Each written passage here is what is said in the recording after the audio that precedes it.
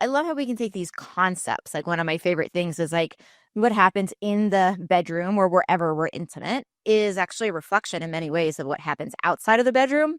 Mhm. And, it's like we can take basic things that there's a lot of research on, like meditation and mindfulness and these sorts of things that also, in some sense, and in many sense, when people get deeper and deeper with practices like that, are ways of connecting to the divine, ways of connecting to the feeling of awe and all that. And I say this because I've done 36-day meditation retreats. I've like gone very, very deep into the meditation world.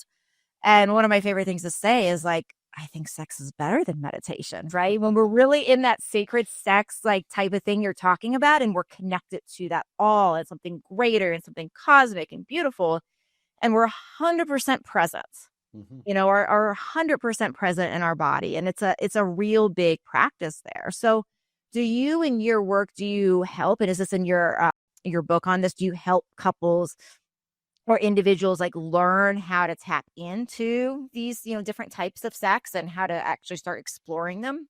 Yeah, I suppose if I were going to talk about what have I written about and what do I talk with folks about, I talk about the distinction. I don't, I don't lead like workshops on how to get to that level of sacred sex. Mhm. I mostly talk about more about the intimate part. Yeah. So a lot of the work I do with couples, yeah, the considerable majority, I was going to say vast, I think that's true. The vast majority of couples I work with, they're not having stability issues. More often, they're having intimacy issues.